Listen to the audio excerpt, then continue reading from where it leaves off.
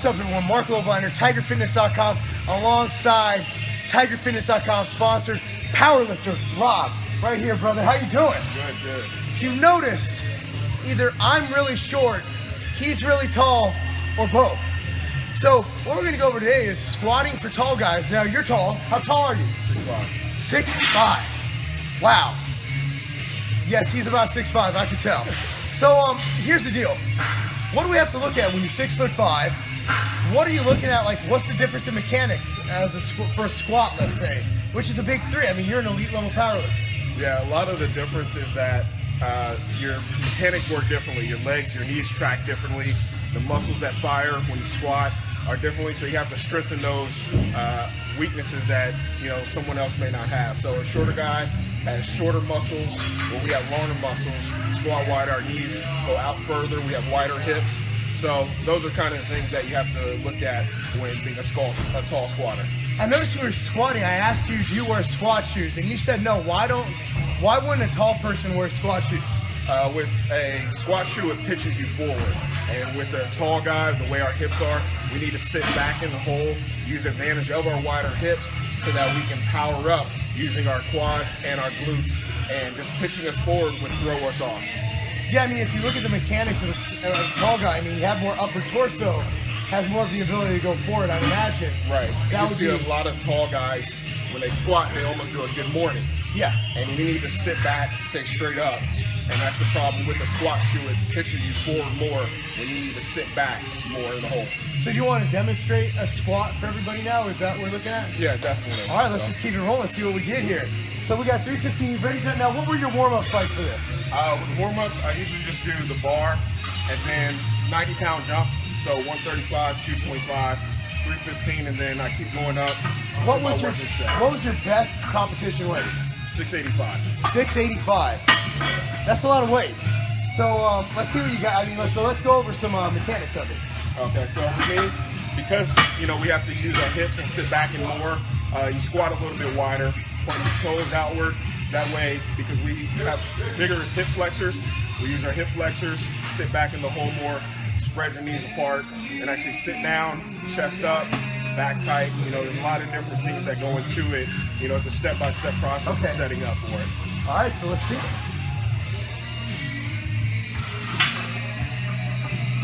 I don't think you guys understand how large this individual is. I'm 240 pounds. I look like a child next to him. There you go. Now see his feet.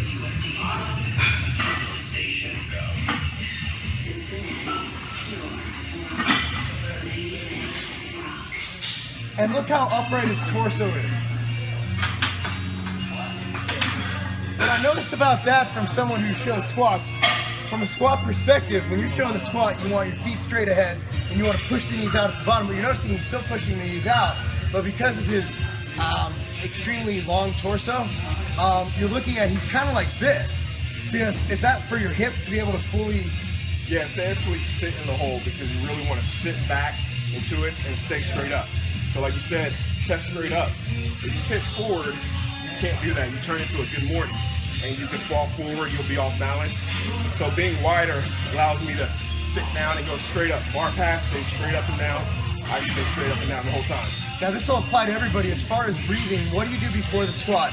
Do you breathe in, hold it, keep the abs tight, push out, and then come down for back stability? What do you normally do? What I do is when I approach the bar, I really calm my breathing.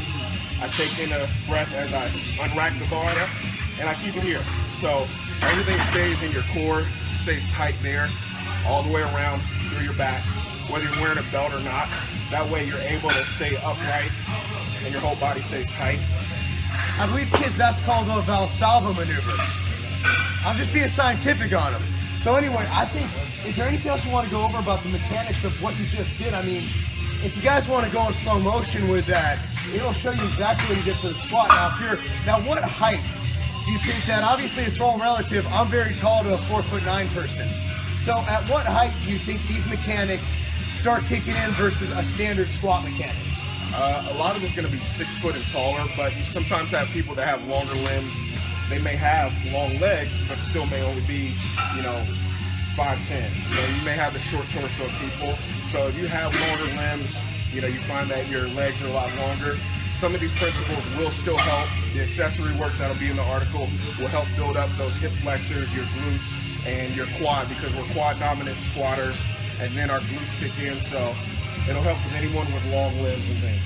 Yeah, I know you want to touch on this, but as far as you're talking about your quad and glute dominant, as far as assistance, do you do extra things for hamstrings and good mornings and things like that to assist with this? Yeah, I do that for lower back strength, so that when I'm staying upright, anything can happen in a squat. You take a wrong step forward, you pitch forward. Turn a little bit, you tweak your spine. It's a very dangerous lift. So to keep that core strong, from good mornings to hamstring work, lower back work, is assuring that every time, no matter where I approach the bar, no matter what the weight is, I'm staying tight, I'm strong, gotta have a strong back, strong lower back. So good mornings, lying leg curls, either single or double leg.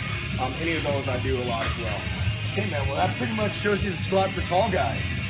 I liked it. Honestly, for people like my height, I only have one long limb, but this really applies to a lot of people who watch this. And one of my best videos is actually lifting for tall people. Yeah. So this is very, very applicable to the channel, man. Thanks for doing this, and I believe. So what are you doing? Are you doing this? Then what else? What I'll do with this is every time I start with squat, and then I go into accessory work. So no matter what it is, always squat first, and then go into an accessory work, whether front squats, paw squats, Anderson squats, box squats, any of those, but I always squat first. Get some of that accessory work on this video, man. Of course. All right, brother, have fun with that. Appreciate it. Yeah, man.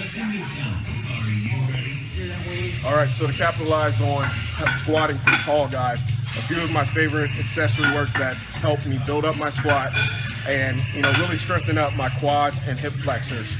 The number one that I start off with after I squat is front squat. It's a great way to really strengthen up your front quads and your hip flexors. In addition, it really forces you down in the hole and forces you to stay upright.